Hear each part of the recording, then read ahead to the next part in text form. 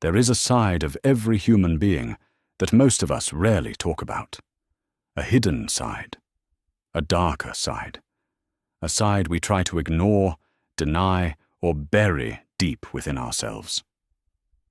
The famous psychologist Carl Jung once said that every person carries a shadow, and the less we acknowledge it in our conscious life, the darker and heavier it becomes.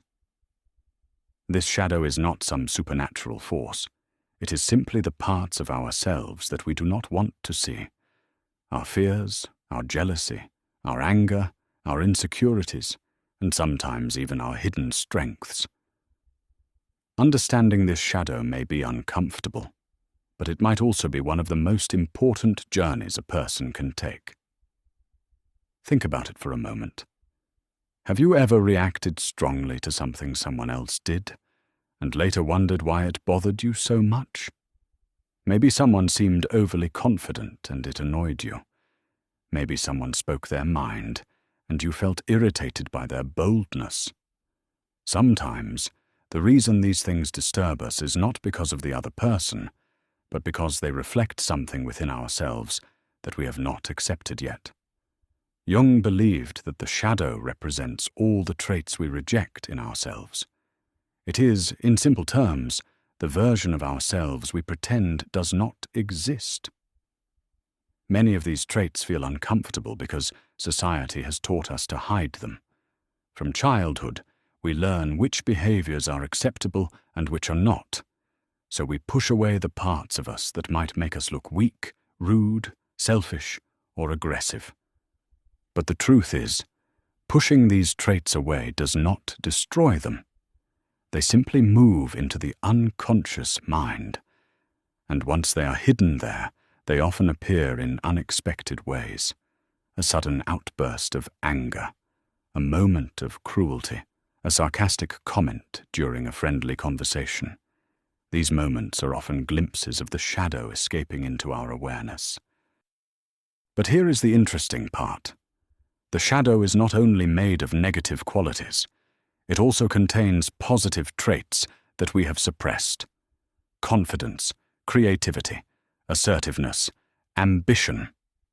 These can all become part of the shadow if we were taught that expressing them was wrong. Imagine someone who believes that speaking up is rude.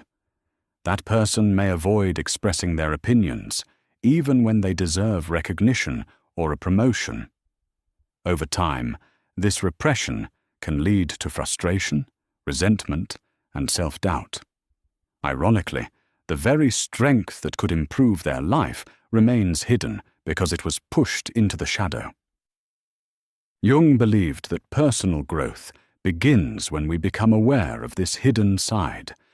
This process is often called shadow work, and it is not easy. It requires honesty, brutal honesty.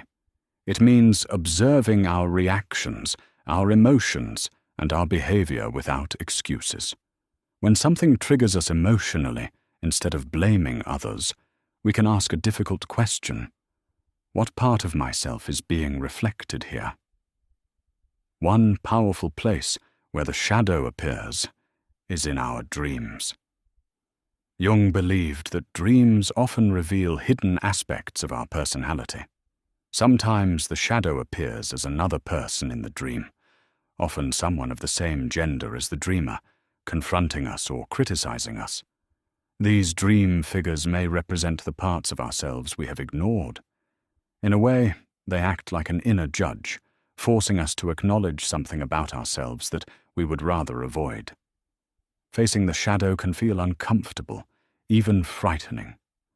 Nobody enjoys admitting their flaws or weaknesses, but there is a strange relief that comes with truth. When we finally see ourselves clearly, not as perfect, but as human, something changes. Instead of fighting parts of ourselves, we begin to integrate them. And when that happens, the shadow loses its power to control us unconsciously. Now, before we go deeper, if you're finding this topic interesting, and you enjoy exploring psychology, philosophy, and the hidden sides of human nature, take a moment to like the video and subscribe to the channel. It really helps the channel grow and allows me to create more content like this. Now let's expand the idea further. Jung did not only talk about the shadow of individuals, he also believed that societies and cultures have shadows as well. This is what he called the collective shadow. Just as individuals deny parts of themselves, societies often deny their darker realities. Violence, oppression, injustice, and cruelty are often pushed into the background of history. But ignoring these truths does not erase them. The collective shadow appears in many forms. It can be seen in wars, discrimination, and systems that cause suffering to certain groups of people. Sometimes it hides behind ideas that appear noble on the surface. Sometimes it appears in propaganda, division, or hatred between groups. And just like the personal shadow, it grows stronger when people refuse to acknowledge it. History provides many examples of this. When individuals suppress their personal shadow, they can become vulnerable to collective darkness. In extreme situations, people can become capable of actions they never imagined possible. Under certain social conditions, ordinary individuals can participate in cruelty, violence, or oppression simply because they haven't confronted the darker aspects of their own nature. This is why Jung believed that self-awareness is not only important for personal happiness, but also for the health of society. When individuals take responsibility for understanding themselves, they are less likely to project their darkness onto others. Instead of blaming or demonizing others, they become more conscious of their own capacity for both good and evil. But this requires courage. It requires looking inward instead of outward. It requires accepting that we are not purely good or purely bad, but a complex mixture of both. True psychological maturity comes from embracing this complexity rather than denying it. The goal is not perfection. Jung emphasized that striving for perfection is unrealistic and even harmful. Instead, the goal is wholeness. Wholeness means accepting every part of who we are, our strengths, our weaknesses, our fears, and our hidden potentials. When we do this, we begin to align our conscious mind with the deeper layers of our psyche.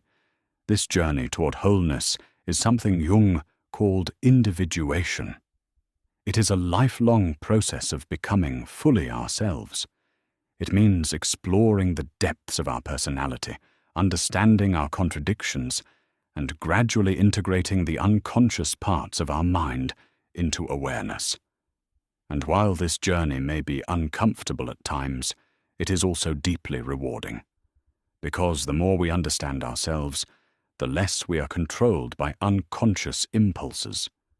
The anger becomes awareness. The fear becomes insight.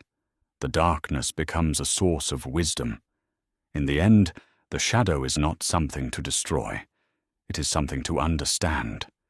It reminds us that being human means being imperfect. And strangely enough, it is through accepting that imperfection that we become more complete.